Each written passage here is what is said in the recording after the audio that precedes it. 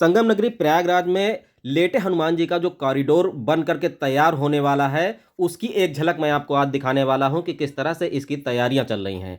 और जिस तरह से यहाँ पर लोग दूर-दूर से आते हैं हनुमान जी के दर्शन करने के लिए, अभी तक जो बाधाएं आ रही थी, भीड़-भड़क्का में दिक्कतें लोगों को होती थी, उससे निजात पाने के लिए ये जो कॉरिडोर बन रहा है, एक ऐतिहासिक होगा और ये अस्थायी कॉरिडोर होगा।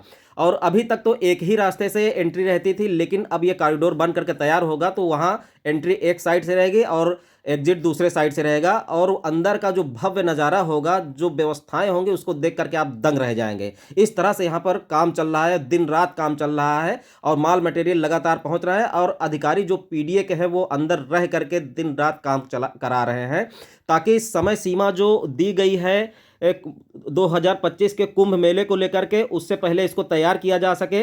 और अगर बात करें कि 15 दिसंबर तक जो समय सीमा दी गई थी इसके लिए, वो लग रहा है कि अब हो नहीं पाएगा उस वक्त तक तैयार।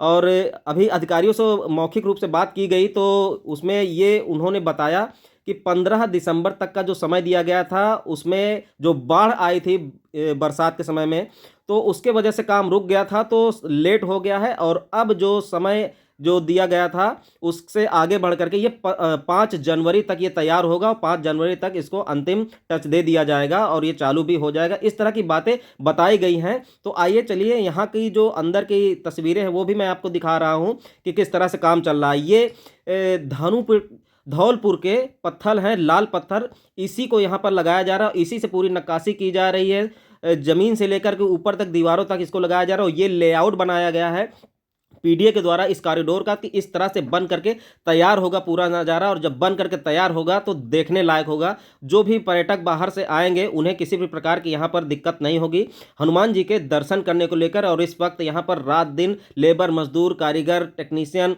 इंजीनियर सभी मौजूद रह करके काम कर रहे हैं। पत्थर बिछाने का भी काम शुरू हो गया है और भारी भरकम चीज़ों को ले जाने के लिए क्रेन की भी व्यवस्था यहाँ पर है, ड्रिल मशीनें हैं, जेसीबी है, सभी तरह की व्यवस्थाएं यहाँ पर की गई हैं। और लगातार दिन रात काम करके इसको समय सीमा तक आखिरी टच देने का काम किया जा रहा है, ताकि 2025 के कुंभ की शुरुआत होने तक ये चालू हो जाए कॉरिडोर और लोगों को यहाँ का जो भव्य नज़ारा है वो देखने को मिलेगा। और इस तरह से जो अधिकारियों का निर्देश है और सीएम, डिप्टी सीएम लगातार यहाँ पर समीक्षा कर रहे हैं आकर के, कैसे काम चल रहा है, किस तरह से गति है काम की, क्या तैयारियां हैं, उसको लगातार समीक्षा किया जा रहा है। ये हनुमान मंदिर आपका सामने है और ये यहाँ से लोग जाएंगे और दूसरे साइड से बाहर निकलेंगे। इस तरह से यहाँ पे सारी व्यवस्थाएं की जा रही हैं।